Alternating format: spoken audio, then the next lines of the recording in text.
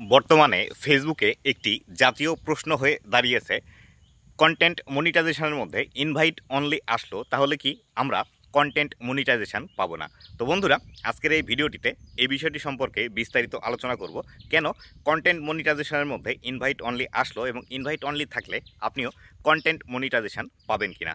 তো বন্ধুরা, ভিডিওটি আপনি যদি প্রথমবার দেখে থাকেন সেক্ষেত্রে অবশ্যই চ্যানেলটি সাবস্ক্রাইব করে নেবেন এবং ফেসবুক পেজটি যদি আমার এখন পর্যন্ত ফলো না করে থাকেন অবশ্যই আমার ফেসবুক পেজটি ফলো করে দিবেন। তো বন্ধুরা, কন্টেন্ট মনিটাইজেশনের মধ্যে বর্তমান সময়ে কিন্তু ইনভাইট অনলি লেখা চলে এসেছে। আগে যেখানে নো ক্রাইটেরিয়া মিট এই বিষয়টি লেখা ছিল, তো এই যে ইনভাইট অনলি লেখাটি আসলো, ইনভাইট অনলি লেখা আসার ফলে অনেকের মনের মধ্যে এই বিষয়টি নিয়ে প্রশ্ন উঠেছে যে আসলে ইনভাইট অনলি থাকলে আপনারা হয়তো কন্টেন্ট মনিটাইজেশন পাবেন না বা সহজে আপনাকে কন্টেন্ট মনিটাইজেশন ফেসবুক থেকে দেবে না। তো আপনাদের জন্য আমি বলে রাখি, ইনভাইট অনলি থাকা মানে আরও খুব কম সময়ে এবং খুব কম পরিশ্রম করে আপনারা খুব সহজেই কিন্তু কন্টেন্ট মনিটাইজেশন পেয়ে যাবেন। কেননা যদি এখানে কোনো ক্রাইটেরিয়া থাকতো তাহলে সেই ক্ষেত্রে মোটামুটি আপনাকে 5,000 ফলোয়ার বা আরও ওয়াচ টাইম এঙ্গেজমেন্ট বা এই বিষয়গুলো আপনাকে ফুলফিল করে তারপরে কিন্তু কন্টেন্ট মনিটাইজেশন নিতে হতো। কিন্তু বর্তমান সময়ে যেহেতু কন্টেন্ট মনিটাইজেশন শুধুমাত্র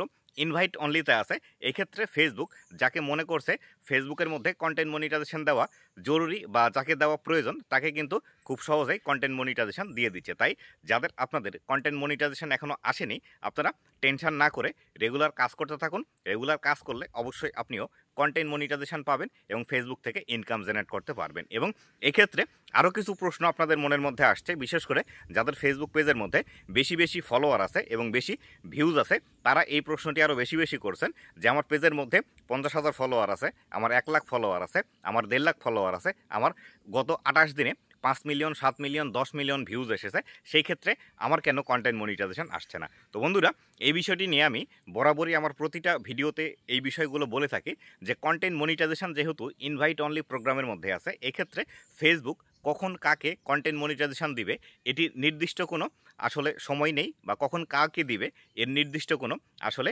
ফেসবুক থেকেও বলা হচ্ছে না।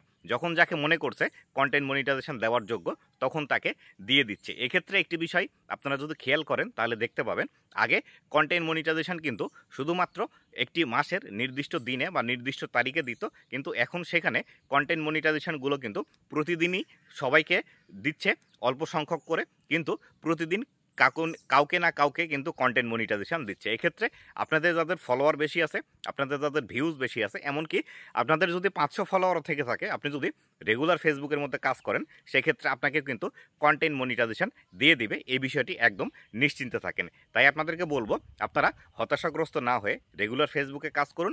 রেগুলার ফেসবুকে কাজ করলে অবশ্যই আপনিও কন্টেন্ট মনিটাইজেশন পাবেন এবং এখান থেকে ইনকাম জেনারেট করতে পারবেন। তো বন্ধুরা, এই ছিল আজকের ভিডিওটি কেমন লেগেছে অবশ্যই জানাবেন এবং ভবিষ্যতে ফেসবুক রিলেটেড এমন আরও ইনফরমেটিভ কন্টেন্টগুলো পাওয়ার জন্য অবশ্যই আমার ফেসবুক পেজ এবং ইউটিউব চ্যানেলের সাথেই থাকবেন। ধন্যবাদ সবাইকে।